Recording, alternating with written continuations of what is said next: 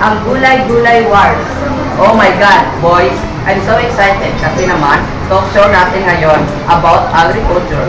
Alam mo ba, as in, half ng budget ko na pumunta sa food, love, love, love.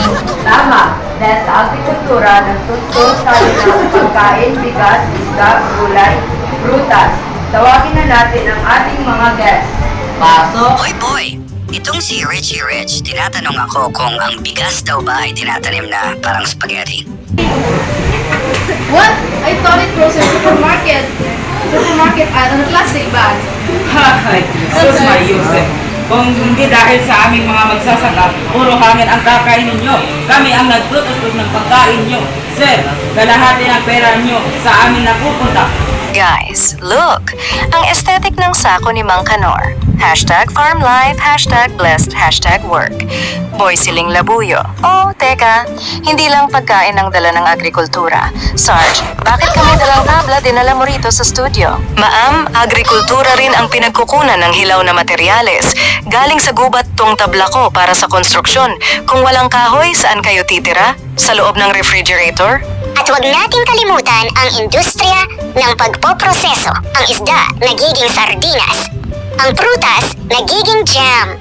Lahat yan raw materials mula sa pagsasaka at pangingisda. Wait, doctor, so my luxury fruit jam is actually agriculture? I'm so shocked. Let's talk about the big guns. My family abroad loves our mangoes and pineapples. It brings in dollars to the country. Export, baby.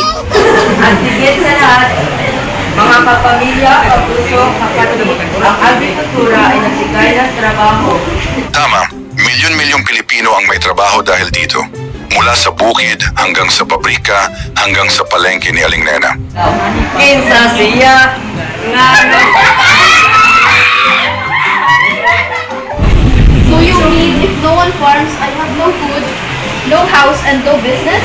Yes! Nakakaloka, agrikultura is the real MVP. Most valuable pagtatanim. Wait, don't forget to subscribe to our farmers. #AgriCult.